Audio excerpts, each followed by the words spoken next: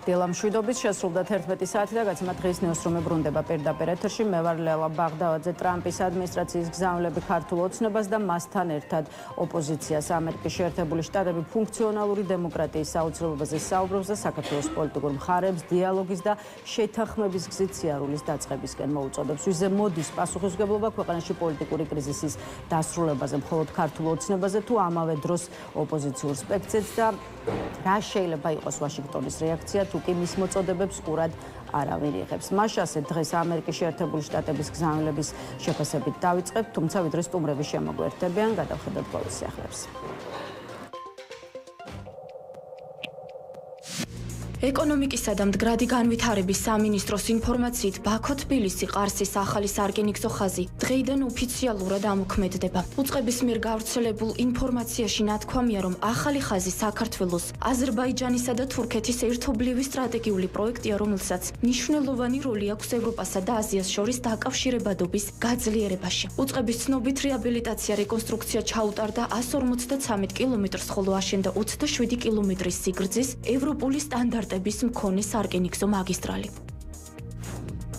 მტკვრის დაცვის დღესთან დაკავშირებით გარემოს ეროვნული სააგენტო სპეციალისტებმა მდინარე მტკვარზე წყლის სინჯები აიღეს. სინჯებში ფიზიკურ-ქიმიური პარამეტრები ადგილზე განისაზღვრა, ხოლო ორგანული და არაორგანული დამაბინძურებლები და მძიმე ლითონები ანალიტიკური ხელსაწყოებით აღჭურვილ ატმოსფერული ჰაერის, წყლისა და ნიადაგის ანალიზის აკრედიტირებული ლაბორატორიის მიერ შემოწმდება. შედეგები რამდენიმე დღეში გახდება ცნობილი. უკრაინული მედიის ინფორმაციით რუსულმა ძალებმა კიევზე სარაკეტო და დრონებით შეტევა განახორციელეს. კიევის საქალაქო სამხედრო ადმინისტრაციის ცნობით ბოლო მონაცემებით თავდასხმის შედეგად 4 ადამიანი დაიღუპა და 58 დაშავდა. თავდასხმის შედეგად ქალაქში რამდენიმე ადგილას ხანძარი გაჩნდა, დაზიანდა შენობები და ავტომობილები. რუსებმა შეტევა განახორციელეს დნიპროზეც, რის შედეგადაც 5 ადამიანი დაიღუპა და 16 დაშავდა.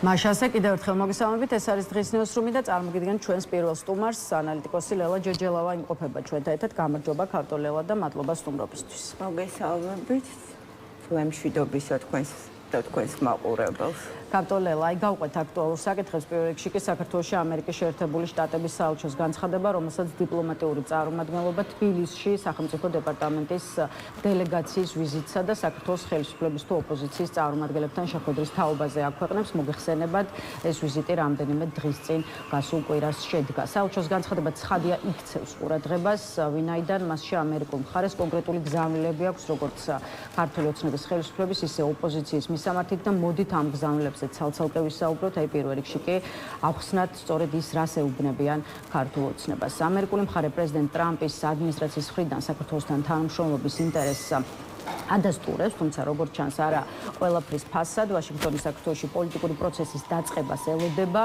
რომელშიც ხელისუფლებაც უნდა იყოს ჩართული და ამავე დროს ჩართული უნდა იყოს ოპოზიციაც. აი მოდით გითხარით, რამდენად სწორი გზავნილები აქვს ამერიკის შეერთებულ შტატებს და კიდევ უფრო რომ განმარტოთ კონკრეტულად, რას ითხოვს ვაშინგტონი თქვენი აზრით ქართული ოცნებისგან. პირველ რიგში უნდა აღინიშნოს, რომ ამერიკის შეერთებული შტატების საელჩოს განცხადება არის უაღრესად დიპლომატიური ენით გადმოცემული, ძალიან აწონდაწონილი, ძალიან შეჯერებული ტექსტი. პრინციპში ისეთი, რომელმაც ინტერპრეტაციების შესაძლებლობა თითქოს არ უნდა დაეტოვებინა, მაგრამ მაინც დატოვა. მე მინდა ვთქვა, რომ ჩემი სუბიექტური აღქმა რასაკვირველია, თუ ამ დელეგაციის ხელისუფლებასთან შეხვედრების შედეგებით ვიმსჯელებთ, ანუ როგორ იყო ხელისუფლების რეაქციები და დამოკიდებულება, მე მგონი არ იყო მაინც და მაინც მარტივი შეხვედრა, იმიტომ რომ ხელისუფლება, რომელიც მუდმივად გვესაუბრებოდა, რომ აი შეერთებული შტატებთან იწყება რაღაცა გადატვირთვა, ახალი ფურცელი, რომ აქვთ ძალიან კარგი ამბები, ამ დელეგაციის სტუმრობის შემდეგ ასეთი ნასიამოვნები მე ქართული ოცნებისთვის არ შემიმჩნევია, რომ იყო ტონალობა მათი შეფასებების დროს. ეხლა რაც ყველაზე მნიშვნელოვანი და მთავარია, მე ამ პოლიტიკურ ამ განცხადებას უყურებ საკმაოდ ოპტიმისტურად და რატომ ეხლავე აგიხსნით. როგორც ჩანს ამ საუბრების დროს და ეს მკაფიოდ იკითხება ამ ტექსტიდან გარკვეული, ასე ვთქვათ, მოქმედების ფორმატი განუსაზღვრეს როგორც ხელისუფლებას, ასევე ოპოზიციასაც და ეს კარგია, იმიტომ რომ ქვეყანაში არ არსებობს დღეს პოლიტიკური პროცესი, რაც ჩვენთან ხდება, ეს არ არის პოლიტიკური პროცესი და ამას შეუძლია ხელი შეუწყოს პოლიტიკურ პროცესს. ახლა მოდი მივყვეთ ხელისუფლებისთვის რა ყველაზე მნიშვნელოვანი გზავნილებია. ის რომ დაუშვათ შეერთებული შტატები რჩება ერთგული საქართველოს ტერიტორიული მთლიანობის და ასე შემდეგ და შემდეგ ის რომ აქვს სურვილი ურთიერთობების გაღრმავების, ეს გასაგებია და ძალიან სწორიც არის, მით უმეტეს იმ რეალობაში, რომელიც ჩვენ დღეს გვაქვს, რომ მკაფიოდ გამოჩნდა სამხრეთ კავკასიის რეგიონში ამერიკის გეოპოლიტიკური და გეოსტრატეგიული ინტერესები, ხო? ამ ფონზე ბუნებრივია ორ სახელმწიფოსთან თითქმის ყველაფერი გარკვეულია, აზერბაიჯანთან და სომხეთთან, ну, ეხლა არის საქართველოს ფაქტორი.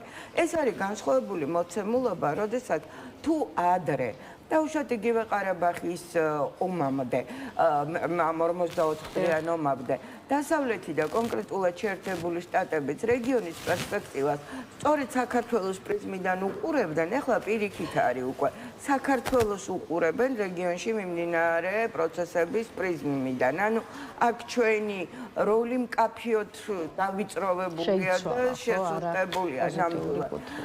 ხო, ახლა რას ითხოვე? პირველი და მნიშვნელოვანი რაც ჩემთვის არის ის რომ რადი გავლენების შესუსტება. გარე გავლენების შესუსტება.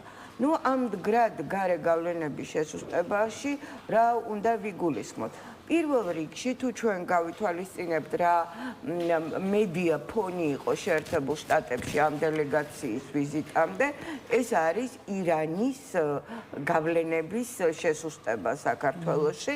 ამაზე ბევრი იწერება ამერიკულ პრესაში. რასაკვირველია, ეს ეხება რუსული გავლენების შესუსტებას, მაგრამ უნდა გითხრათ, რომ დღევანდელი მოცემულობით ამერიკელებისთვის შეიძლება ირანის გავლენები ბევრად უფრო ასე ვთქვათ, მტკივნეული იყოს, ვიდრე ამ წუთში რუსეთისა. რაც შეეხება შიდა პოლიტიკურ ვითარებას ჩვენს ქვეყანაში, ერთი მოკლე ამონარიდი მინდა ამერიკის საელჩოს მიერ გაკეთებული, უბრალოდ გავრცელებული განცხადებიდან გავაცნო ჩვენს მაყურებლებს და შემდეგ უკვე კითხვასაც დააგისვათ, მდგრადი სტრატეგიული პარტნიორობისთვის საჭირო იქნება უწყვეტი პროგრესი იმ პირობების უზრუნველყოფით, რომელიც საქართველოს სანდო პარტნიორად აქცევს, მათ შორის ამერიკული ბიზნესისთვის ხელსაყრელი ბიზნეს გარემოსა და სტაბილური შიდა პოლიტიკური კლიმატით, რაც ხელს უწყობს ოპოზიციის ჩართულობას. დელეგაციამ განიხილა კონკრეტული ნაბიჯები, რომელთა გადადგმაც საქართველოს მთავრობას შეუძლია და დაგვეხმარება ამ მიზნის მიღწევაში. აი რა კონკრეტულ ნაბიჯებზე შეიძლება იყოს თქვენი აზრით საუბარი, რის გადადგმასაც ქართულ ოცნებას თხოვენ და სხვათა შორის ამერიკული მხარე ფიქრობს, რომ ჩვენს მთავრობას ეს შეუძლია და რაც ასევე ძალიან მნიშვნელოვანია,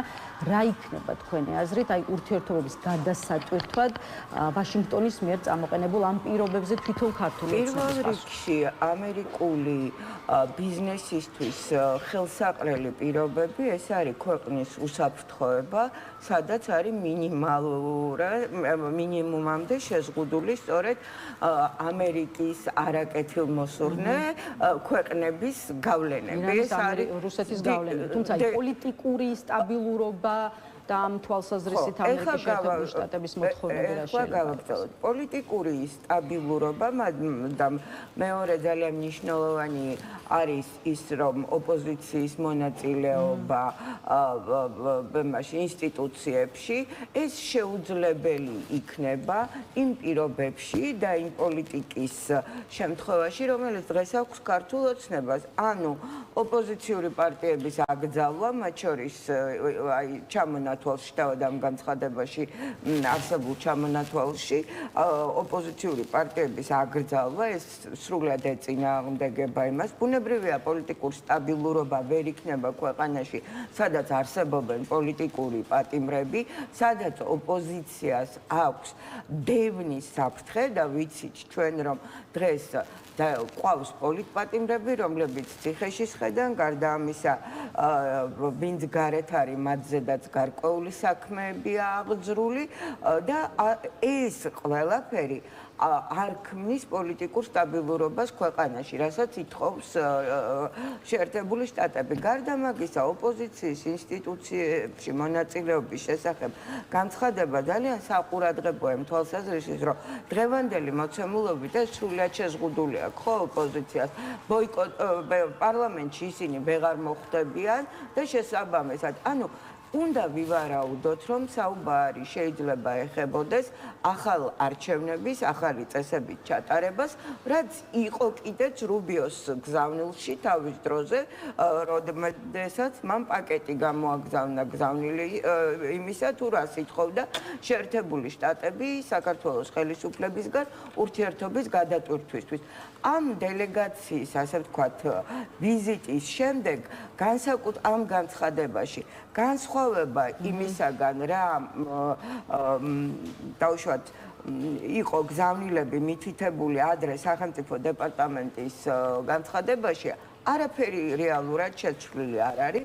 საუბარია ოპოზიციის მონაწილეობაზე, მაგრამ აქ გვაქვს საფრთხე ჩვენ, იმიტომ რომ ბიძინა ივანიშვილმა თეორიულად იცის, რომ ოპოზიცია უნდა იყოს ქვეყანაში, მაგრამ მას აქვს თავისი სპეციფიური მოსაზრება ოპოზიციასთან დაკავშირებით.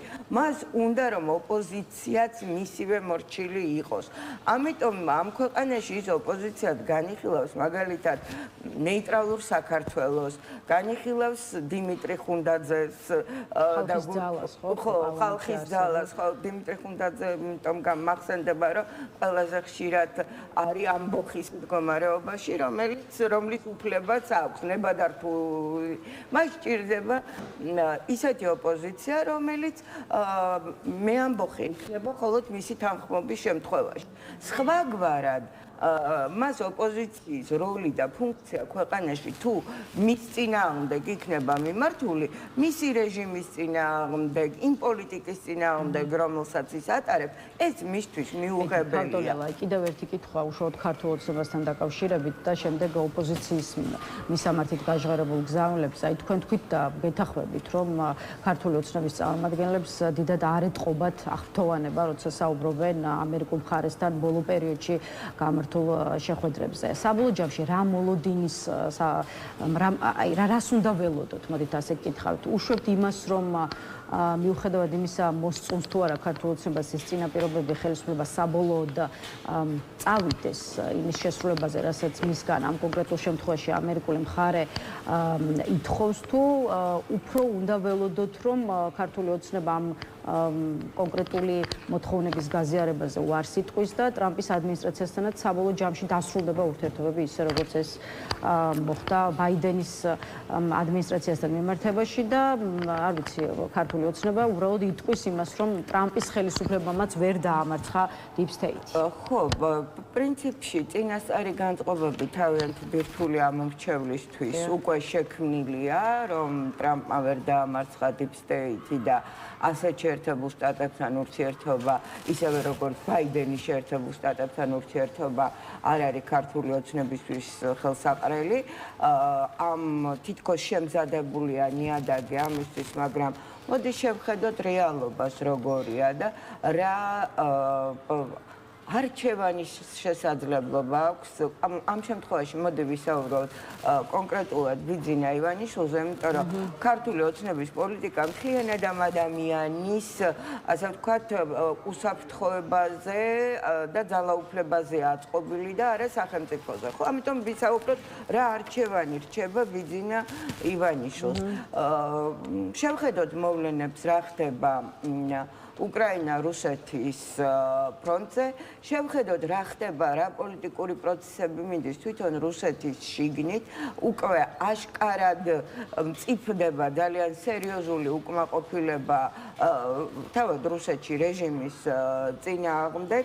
აქეთ ვხედავთ იმას, რომ აი ხა ამ კვირის ბოლოს გვაქვს ყველაზე მნიშვნელოვანი ერთ-ერთი მოვლენა რეგიონში ნიკოლ ფაშინიანის არჩევნები სომხეთში, სადაც ამერიკის შეერთებულმა შტატებმა და ევროპამაც სხვათა შორის აქ თანხმედრა სრული გამოუცხადეს ღია მხარდაჭერა, თუნდაც სახელმწიფო მდივნის ვიზიტით, მანამდე ვიცე-პრეზიდენტის ვიზიტით და პრინციპში შეერთებული შტატები არც განიხილავს სომხეთში ხელისუფლების ცვლილების დასაშვებობას და უნდა გითხრათ, რომ ამისთვის არა მარტო არ განიხილავენ, ამისთვის ბევრ ამასაც აკეთებენ.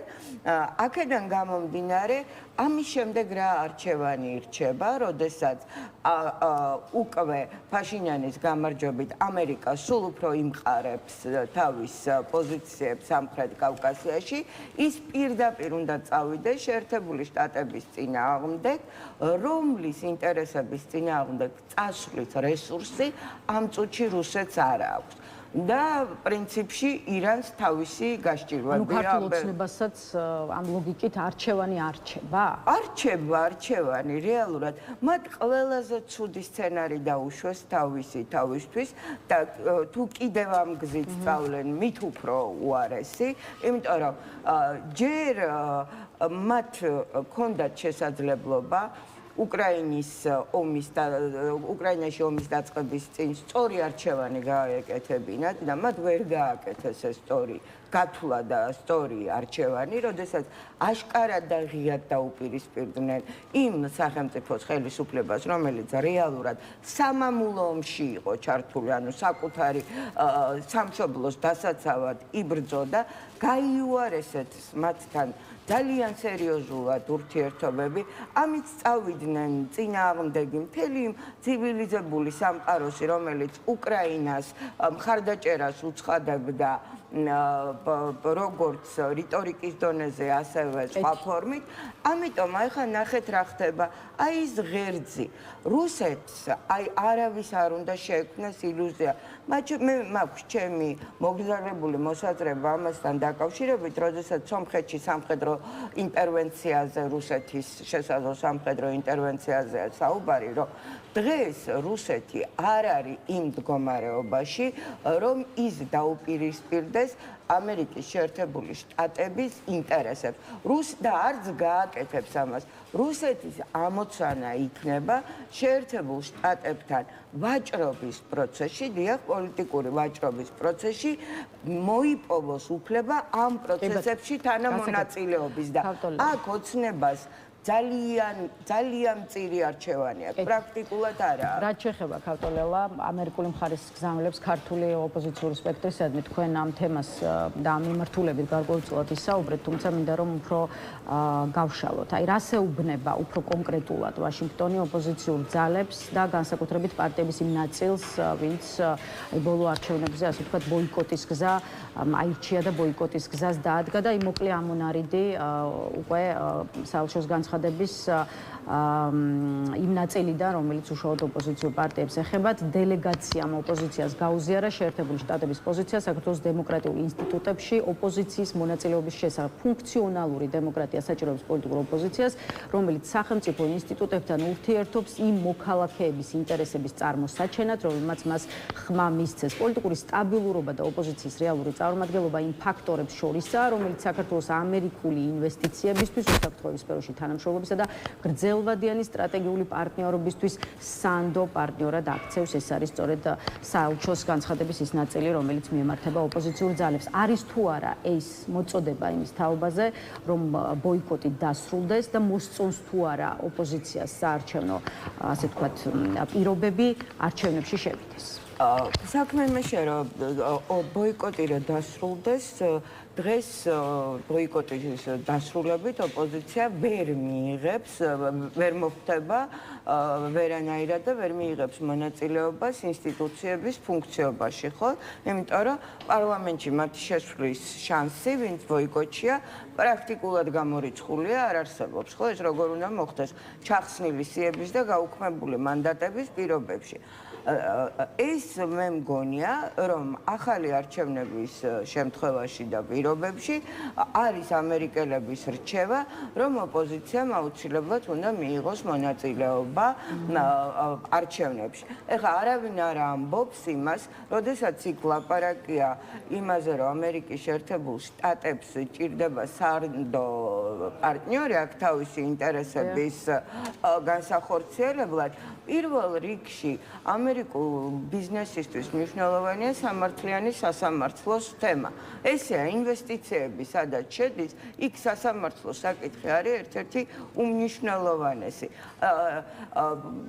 სხვათა შორის ეს ის დოკუმენტია, სადაც ნამცალჭოს განცხადებაში მრავალგზის არის ნახსენები სიტყვა ნდობა, თუ დააკვირდებით სხვადასხვა კონტექსტში.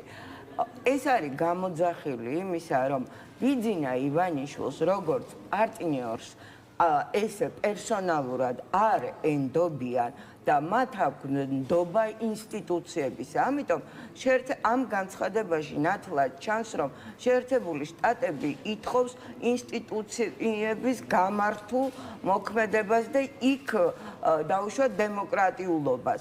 და ასეთ შემთხვევაში აქ იგულისხმება არჩევნებიც, რასაკვირველია, ხო? სამართლიანი სასამართლოს პირობებში არჩევნების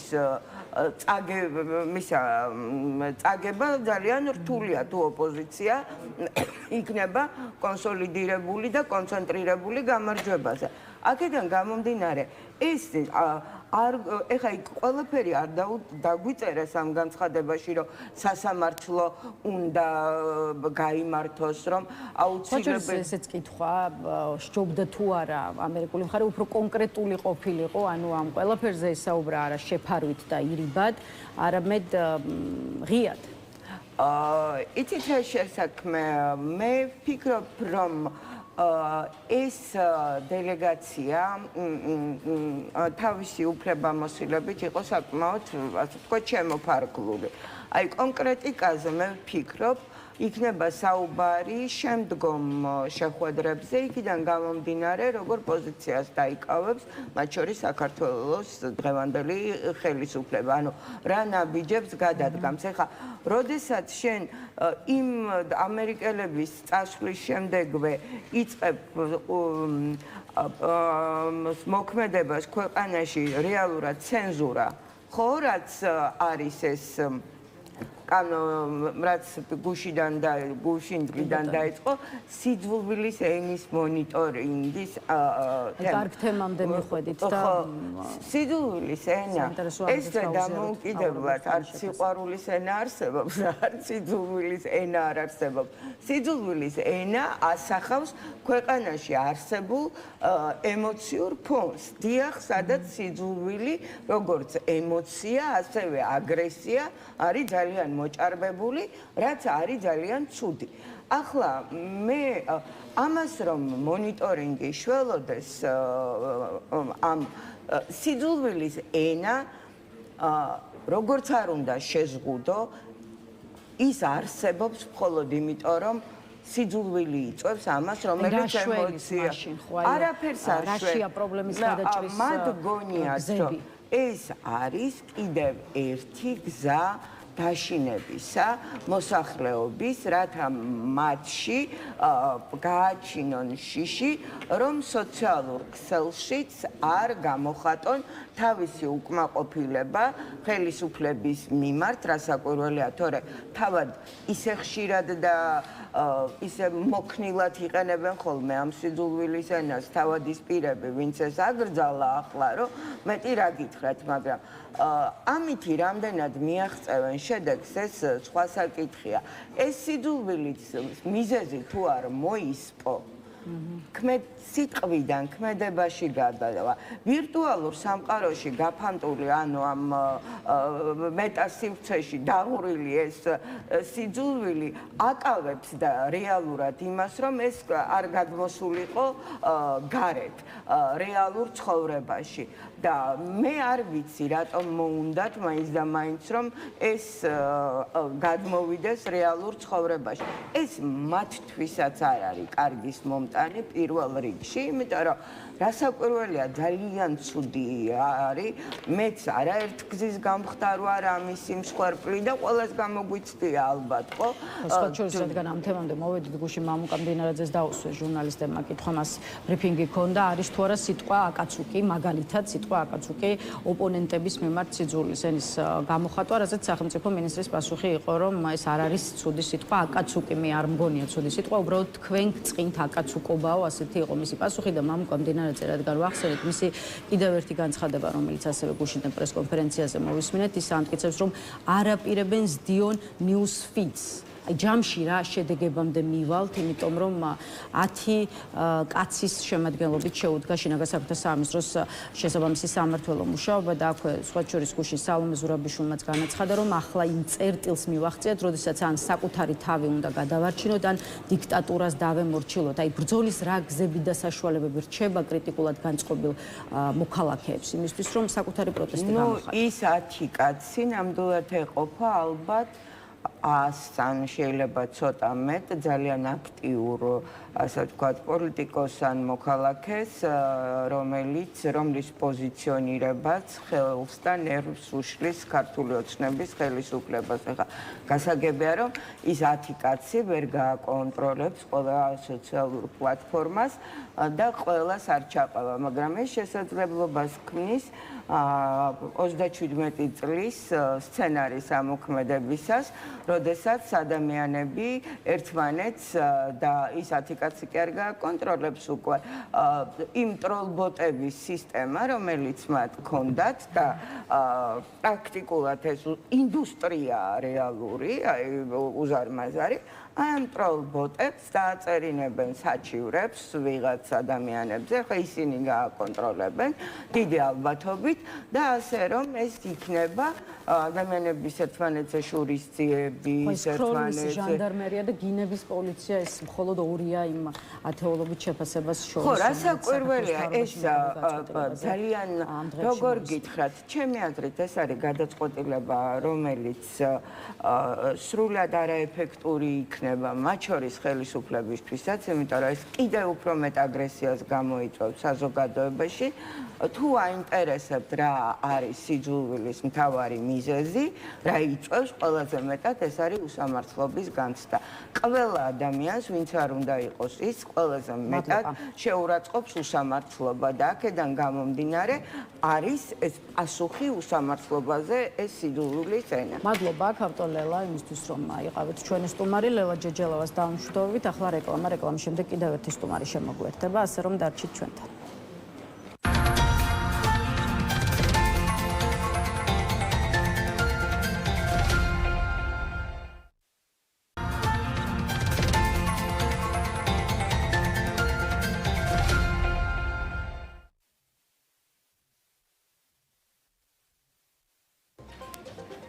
მაშა ასე რეკლამა დასრულებულია, ბრუნდებით პირდაპირ ეთერში და წარმოგიდგენ ჩვენს კიდევ ერთ სტუმარს, პარტია ფედერალისტების ერთ-ერთი ლიდერი თენგო კირთაძე შემოგვერთა. გამარჯობა ბატონ თენგო და გამარჯობა მოგესალმებით. ბატონ თენგო, გაცემის ეს ნაწილიც უნდა გავხსნათ სახელმწიფო დეპარტამენტის დელეგაციის თბილისში ვიზიტის შესახებ იმ განცხადებაზე საუბრით, რომელსაც ამერიკის შეერთებული შტატების საელჩო აქვეყნებს. განცხადება ეხება როგორც საქართველოს ხელისუფლებას, მიმართულია როგორც საქართველოს ხელისუფლების, ისე ოპოზიციის მისამართით, ხოლო რადგან თქვენ ოპოზიციურ სპექტრს წარმოადგენთ, პირველ რიგში ვისაუბროთ სწორედ იმ გზავნილებზე, რასაც ოპოზიციურ პარტიებს გიგზავნით ამერიკის შეერთებული შტატები. დელეგაციამ ოპოზიციას გაუზიარა შეერთებული შტატების პოზიცია საქართველოს დემოკრატიულ ინსტიტუტებში ოპოზიციის მონაწილეობის შესახებ. ფუნქციონალური დემოკრატია საჭიროებს პოლიტიკურ ოპოზიციას, რომელიც სახელმწიფო ინსტიტუტებთან ურთიერთობს იმ მოქალაქეების ინტერესების წარმოსაჩენად, რომლებმაც მას ხმა მისცეს. ეს არის ის რასაც ამერიკის შეერთებული შტატები ოპოზიციურ ძალებს გეუბნებათ. აი როგორ იგებთ ამ გზავნილს? დემოკრატიულ ინსტიტუტებში ოპოზიციის მონაწილეობის შესახებ მოწოდება არის თუ არა მოწოდება იმის თაობაზე, რომ ბოიკოტი შეწყდეს, არჩევნებში შეხვიდეთ და გააგრძელოთ მუშაობა პარლამენტსა თუ საკრებულოებში?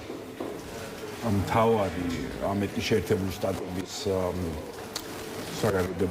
სახელმწიფო დეპარტამენტის განცხადებაში არის გარემოს შექმნის ვალდებულება, სადაც საზოგადოებას და მათ წარმომადგენლებს, ამ შემთხვევაში კი ოპოზიციურ ძალებს შესაძლებლობა აქვს თავის ინსტიტუციური და დემოკრატიული უფლებები გამოიყენონ. ანუ გარემო არის მნიშვნელოვანი და ეს გარემო არის სწორედ უზრუნველსაყოფი. ეს არის სწორედ ვაშინგტონის პოზიცია საქართველოსთან დაკავშირებით. კარი ის არის, რომ ამერიკის შეერთებულ შტატებს რეგიონში და განსაკუთრებით საქართველოში თავისი ეროვნული ინტერესები აქვს, ეს აძლიერებს ჩვენ ქვეყანას და ეხლა პირველად გაიწერა ის ხაზი, თუ ვის ირგვლივ შეიძლება ქართულ-ამერიკული სტრატეგიული პარტნიორობა განვითარდეს მომავალში, რომ შიდა და გარემ მდგრადი სტაბილურობა უნდა უზრუნველყოს. უნდა უზრუნველყოს ასევე საზოგადოების ძალიან დიდი ნაწილის ჩართულობა, იმიტომ ბიზინა ივანიშვილის ცესკოს მონაცემებითაც კი ამ ქვეყნის მოსახლეობის თითქმის ნახევარი მათივე მონაცემებით არის ქართული ოცნების ხელისუფლების წინააღმდეგ და სწორედ ეს ძალები არ არიან საზოგადოებრივ და პოლიტიკურ ცხოვრებაში ჩართული, ამის უზრუნველყოფა უნდა გააკეთონ და იმ შემთხვევაში თუ დაშვების დონეზე ივანიშვილი თავის საშინაო დავალებებს, რომელიც გაუწერეს, შეასრულეს, შემდეგ შეიძლება ოპოზიციის ჩართულობაზე საუბარი თუ რა გზები უნდა მოინახოს ამისათვის, თუმცა ეს არის მხოლოდ დაშვება და რეალურ ცხოვრებაში წინაპირობების შექმნა, რაც ივანიშვილს მოსთხოვეს, არის შეუძლებელი, რადგან ივანიშვილისთვის ეს რომ შესაძლებელი ყოფილიყო, კრიზისი ამ ეტაპამდე, რომელშიც ახლა ვიმყოფებით, საერთოდ არ მივიდოდა, ხო? იქ არის უზრუნველყოფილი გარე გავლენების გაუნებელყოფა საქართველოში, რაც ეხება ახლა ძალიან მარტივია ჩვენ რეგიონს თუ შევხედავთ რუსულ და ირანულ გავლენებს განსაკუთრებით იმის ფონზე, რომ ირანთან ამერიკის შეერთებულ შტატებსაგან მიმდინარეობნი აქვს. ჩვენ ვიცით ირანის სახელმწიფო პოზიცია საქართველოსთან დაკავშირებით, ჩვენ ვიცით ქსელების ინფილტრაციის შესახებ და ქსელების შესახებ, რომელიც საქართველოში მოქმედებენ და ჩვენ ვიცით ირანის საელჩოს დამოკიდებულება ქართული საზოგადოების და ქართული სახელმწიფოს მიმართ. ეს ყველაფერი დაუშვა ივანიშვილის რეჟიმმა, რუსულ გავლენებზე საერთოდ არც ვისაუბრებ და ვითომ ხან ნელა რო დაიწყეს კეთილინების ჩვენება და რუსეთზე მომშავე ჯაშუშების დაკავება ბოლო პერიოდში. ეს არის გასაკეთებელი და მეორე შიდა სტაბილურობის უზრუნველყოფა. აი ხა მაგალითად ქართული ოცნების მხარდაჭერა სტატუს კვო რეალისტი, რომელიც ფიქრობს რას ნიშნავს ეს, ხო? შეიძლება შენ არ მოგწონდეს საზოგადოების ძალიან დიდი ნაწილი, მაგრამ როდესაც შიდა სტაბილურობის უზრუნველყოფაზეა საუბარი, აი სწორედ იმ ადამიანების უფლებები, ფუნდამენტური უფლებები უნდა იყოს უზრუნველყოფილი იმ განსხვავებული აზრის, რომელიც შენ არ მოგწონს. და მათი ჩართულობის უზრუნველყოფა შესაძლებელი იქნება მხოლოდ იმ შემთხვევაში, თუ ელემენტარული დემოკრატიული პრინციპები იქნება დაცული საქართველოში. ანუ ტროტუარზე დგომის გამო არაბის ციხეში არ გაუშვებენ 150 ჯერ ადმინისტრაციულ სამართალდარღვევათა კოდექსს არ გაამკაცრებენ სრული პოლიტიკური უფლებებს არ წაართვევს საქართველოს მოქალაქეებს არ წაართვევენ უფლებას აირჩიოს საკუთარი პოლიტიკური წარმომადგენელი ანუ პარტიების განადგურების ნაწილში მოუწევს ივანიშვილს უკან დახევა პოლიტიკური პატიმრები ხო როგორ შეიძლება სტაბილურ გარემოზე ვისაუბროთ სადაც განსხვავებული აზრის გამო ადამიანები იმყოფებიან ციხეში უკვე თითქმის 2 წელიწადია. ისე ოპოზიციური სპექტრისადმი გზავნილებზე მინდა ჩაგეკითხოთ. ანუ ამბობთ იმას, რომ ჯერ გარემო უნდა შეიცვალოს იმისთვის, რომ თქვენ შეცვალოთ თქვენი პოლიტიკა. მაშინ დღეს ამ კითხვასაც დაგისვათ რა არის? განსაკუთრებით ოპოზიციური ალიანსის პასუხი ამერიკის შეერთებული შტატებისადმი, იმიტომ რომ კი ქართული ოცნებისადმი, რა თქმა უნდა, ისმის კონკრეტული ნაბიჯების გადადგმის მოწოდება იმისთვის, რომ პოლიტიკური კრიზისი განიმუხტოს, თუმცა მაინც ძალიან აქტუალურია კითხვა აი ამ პროცესში დღეს რა არის თვითონ ოპოზიციური სპექტრის გასაკეთებელი. ანუ არა ხვალ და მას შემდეგ რაც გარემო შეიცვლება, არამედ აი თქვენს მიერ დღეს გადასადგმელი ნაბიჯები არსებობს თუ არა. ამ პოზიციასთან მიმართებით ესეთი ნაბიჯები არ არსებობს, ანუ ოპოზიციამ დაამტკიცა ის და საზოგადოებამ რომ ის სიცოცხლის უნარიანია, ანუ არ ეგუება რეპრესიებს, ესე უნდა გაგრძელდეს, ანუ საქართველოში განსხვავებული აზრი უნდა ისმოდეს და ივანიშვილმა ვერ უნდა მოახერხოს ავტოკრატიის კონსოლიდაცია. ეს არის ამოცანა ნომერი 1 და ეს ამოცანა შესრულდება. ამერიკელებს ყველაზე მეტად არ უნდათ და მოგიხსენებათ დღევანდელი ადმინისტრაციის დამოკიდებულება ევროპის კავშირის ბიუროკრატიის მიმართ, არ უნდათ პროცესი გავდეს რაღაც შარლ მიშელ 2-ში გადაიზარდოს. რომ გავახსენოთ მაყურებელს შარლ მიშელის პროცესი, მაშინ წინაპირობების შესრულების გარეშე ფაქტობრივად შეყვა ოპოზიცია, რადგან იძულებული იყო მათ შორის ჩვენი პარტნიორების შუამდგომლობიდან გამომდინარე, შეყვა ბიძინა ივანიშვილის პროცესში, გამოაყენებინა თავი, შემდეგ ბიძინა ივანიშვილმა გადააგდო ძალიან ჩვეულებრივად და ეს გაფორმდა როგორც ოპოზიციის წარუმატებლობა და გაფორმდა ასევე ევროპის კავშირის წარუმატებლობა და მათ დაასუსტა დასავლეთის პოზიციები საქართველოში. ამ შეცდომიდან დასკვნები გამოიტანეს და ამიტომ ესაუბრებიან ივანიშვილს სტაბილურობის მოთხოვნაზე როგორც პროცესზე. ანუ შენ რაღაც კანონი მიიღე დღეს და ხვალ ამით უზრუნველყავი სტაბილურობა, ამას არ თხოვენ ბიძინა ივანიშვილს. ანუ რადი პროცესი დამანახეო და მხოლოდ იმ შემთხვევაში დავდელაპარაკებ მე შემთა გადაწყვეტაზე. აი სწორედ იმ შარლ მიშელის პროცესიდან გამომდინარე. ამიტომ ოპოზიციამ თავარი რაც იყო მათ შორის ეხლა ამ ბოლო პერიოდის განმავლობაში მოახერხა საკმაოდ ფრაგმენტირებულ სუბიექტებად ყოფნის პირობებში, მოახერხა სტრატეგიის და ქცევის წესებთან დაკავშირებით საერთო აზრით ჩამოყალიბება, ამის კონსოლიდაცია, მოახერხა მათ შორის საზოგადოების ერთი ნაწილის ნდობის მოპოვება და ჩვენ ნახეთ 26 მაისს აქციასთან დაკავშირებით და დაანონსებული აქვს ახლა კამპანია, რომელიც გაგრძელდება მთელი ზაფხულის განმავლობაში და ეს არ იქნება მხოლოდ მიმართული აქტიურად დღეის მდგომარეობით პროტესტში მყოფი საზოგადოების. არამედ ჩვენი ქვეყნის მოქალაქეების ძალიან დიდ ნაწილს უნდა შევთავაზოთ, აი ეს უნდა შევძლოთ. ანუ პოლიტიკურად ცხელი ზაფხული გვექნება? პოლიტიკურად ცხელი ზაფხული იქნება აუცილებლად, რადგანაც ქართული ოცნების იმედი სულ უნდა გქონდეს მათ შორის ბიძინა ივანიშვილის შეცდომების განსაკუთრებით იმის გამო როგორ ვითარებაშიც ის დღის მდგომარეობით იმყოფება, ანუ კლასიკურ ცუცვანგშია. მართლა აი არ მიყვარს ხოლმე როცა ამბობენ რომ აი ცუცვანგშია და რაღაცეები და მოწინააღმდეგეზე ძალიან ინფლაციურად იციან ესე იარლიყების მიკერება, მაგრამ ბიძინა ივანიშვილი ანუ აი ამ მართლობის არსით არის კლასიკურ ცუცვანგში. ნებისმიერი ნაბიჯი რომელსაც გადადგამს ასუსტებს მას. ეხლა კარგი იქნებოდა ქვეყნისთვის ბიძინა ივანიშვილს დაიწყო ამ მოთხოვნების ანუ დალაგების წინაპირობების შესრულება და დაიწყო მაგალითად გაუნებელყოფა ირანული ტერორისტული გავლენების ჩვენ ქვეყანაში, ან რუსული ტერორისტული გავლენების დასუსტება ამ ქვეყანაში. დაიწყო საზოგადოების ჩართულობაზე ზრუნვა, უკან წაიღო რეპრესიული კანონები. ეს საქართველოსთვის კარგი იქნებოდა, მაგრამ წარმოიდგინეთ, თუ ბიძინა ივანიშვილი ამას აკეთებს, მისი ვერტიკალი ჩამოიქცილოს სულ. თორე 6-7 წლის წინ ეს კანონები ხო არ ქონდა, იმიტომ არ ჭირდებოდა. შესაძლოა გადამფრენგო, აი კიდევ ერთ კითხვას დავისვავთ და ამით ეს თემა შევაჯამოთ და მე უკვე ჩვენგან საფრთხე სამინისტროში შექმნა ახალ სამმართველოზეც მინდა რომ გაგვიზიაროთ თქვენი პოზიცია. აი რითი დასრულდება, როგორ ფიქრობთ, ქართული ოცნების ხელისუფლების და ტრამპის ადმინისტრაციის აი ეს ბოლო პერიოდის გახშირებული კომუნიკაცია, რამ უნდა აიძულოს ქართული ოცნება, რომ გადადგას ის ნაბიჯები, რასაც მისგან ითხოვენ და რამდენად შეუძლია ვაშინგტონს მეორე მხრივ ქართული ოცნების იძულება, ესეც საინტერესოა. ეს შეუძლია მხოლოდ ქართულ ხალხს. ანუ ქართველი ხალხის მზაობაზე იქნება დამოკიდებული ეს ქვეყანა გადადგამს წინ ერთ ნაბიჯს დემოკრატიულობისკენ, თუ დარჩება იმ ჭაობში, რასაც მას პერსპექტივად ბიძინა ივანიშვილი და მისი რეჟიმი თავაზობს. არ არის დამოკიდებული არც ბრიუსელზე, არ არის დამოკიდებული ვაშინგტონზე. ჩვენმა პარტნიორებმა პროცესს შეიძლება უბრალოდ შეუწყონ ხელი, მაგრამ ეს პროცესი ქართული საზოგადოებიდან უნდა გამომდინარეობდეს.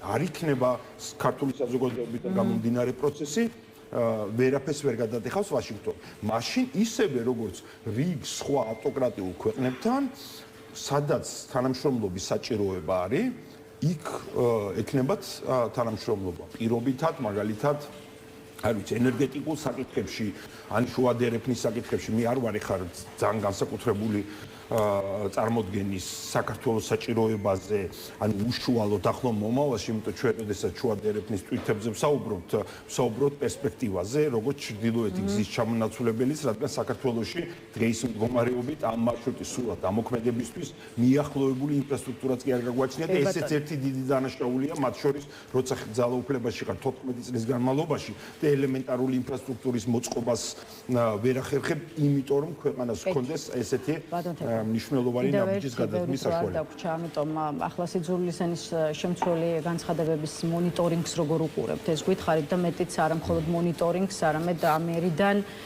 და გუშინდელი დღიდან მოყოლებული ასეთ განცხადებებზე სამართლებრივი რეაგირებაც მოყვება, როგორც იცით, აი სწორედ გუშინ შეუდგა მუშაობას შინაგან საქმეთა სამინისტროში სპეციალურად ამ მიზნით შექმნილი სამართლობა. აი რა სიტყვით სახელმწიფო აპირებს პოლიტიკურ სპექტრს თუ აქტიურ სამოქალაქო საზოგადოებას ასე ვთქვათ ზრდილობა ასწავლოს. რამდენად ისწავლება ზრდილობა შეურაცხყოფელ განცხადებებზე მკაცრი სამართლებრივი რეაგირებით და აი მეთოდებით რის გამოყენებასაც სახელმწიფო აპირებს.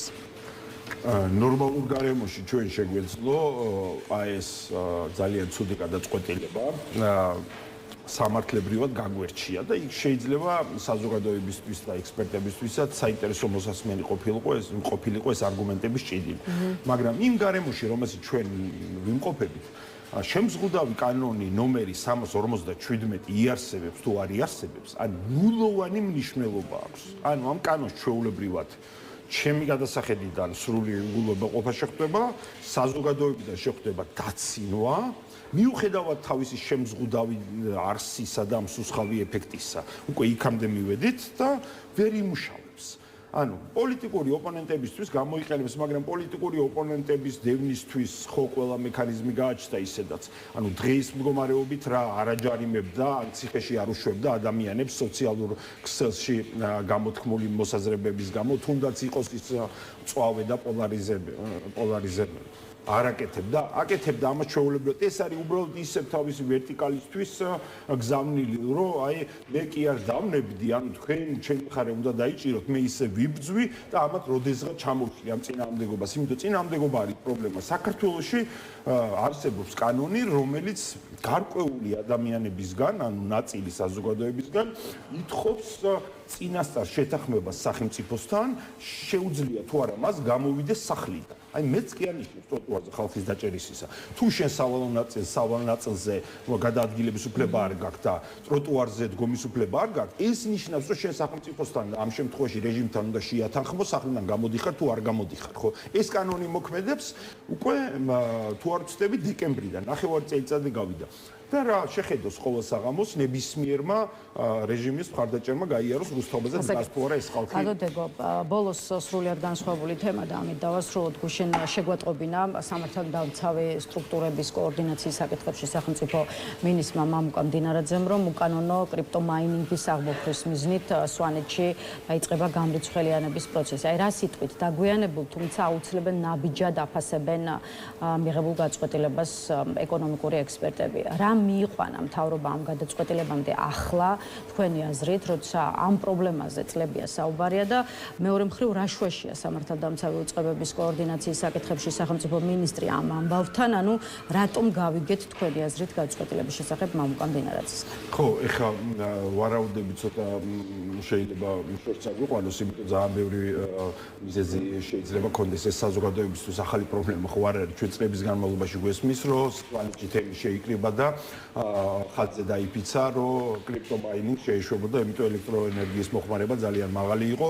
ჩვენ ვიცით ენერგეტიკული ვითარება ქვეყანაში, როდესაც ყოველწლიურად ჩვენი დეფიციტი იზრდება და სულ უფრო იზრდება დამოკიდებულება, ესეც ბიძინა ივანიშვილის რეჟიმის დამსახურება. ეს შეიძლება იყოს შიდა დაპირისპირება, ეს შეიძლება მართლა პოლიტიკურად არ ვიცი გაუჩნდათ პრობლემა. ან შეიძლება ის ნაწილი, მაგალითად სვანეთში, რომელსაც განვითარების სურვილი აქვს, ტურიზმის სფეროზე უნდა ფსონის დადება, რაღაც ინვესტიციის ჩადება უნდა ხდება, რომ ამ პირობებში ეს შეუძლებელია, როდესაც არ არის უზრუნველყოფილი ჩვეულებრივი მომარაგება ამ კრიპტომაინინგის გამო. კრიპტომაინინგი და რაღაცეები კი არ უნდა აკრძალონ, ან ნორმალურ ხელისუფლების პირობებში ეს კი არ უნდა იკრძალოს. ან უნდა ჩააყენოს შენ ესეთი ბიზნესი, რაღაც განსაკუთრებული პირობები არ უნდა შეუქმნა, სადაც აჩენს სტიმულს, რომ სწორედ მოიხმაროს ისე ელექტროენერგია, რისი საშუალება სხვა ბიზნესს არ აქვს, არა კონკურენტულ გარემოში. რატომ მივიღეთ ეს საქართველოში და არ არის სხვა ქვეყანაში? იმიტომ ფაქტობრივად ძალიან შეღავათიან პირობებში შეუძლიათ ელექტროენერგიის სარგებლობა და არის არანაირ გადასახადებს და ხო ეხა ეგეთ პირობას თუ შექმნი, რა თქმა უნდა, ამიტომ გამრიცხველიანობა იყო აუცილებელი. მანამდე გაკეთებული იყო მთელი ქვეყნის მასშტაბით და ყველა რასაც დაწერდა და იმას გადაიხდიდა და არ გვექნებოდა ეს კრიპტომაინინგის და სხვა პრობლემები. ამიტომ უნდა შევცვალოთ მათ შორის ბიძინა ივანიშვილიც, რომ ესეთი ყოფითი პრობლემები აღმოფხვრათ ამ ქვეყანაში. კიდევ ერთხელ დიდი მადლობა ბატონ თენგო სტუმრობისთვის. დღეს დაგეშვიდობებით. თენგო კირთაძე, პარტია ფედერალისტების ერთ-ერთი ლიდერი პასუხობდა ჩვენს კითხვებს. დღეს ნიუზრუმი ამით ასრულებს მუშაობას. ერთმანეთს უკვე ხვალთ 11 საათზე შევხვდებით. ნახვამდის.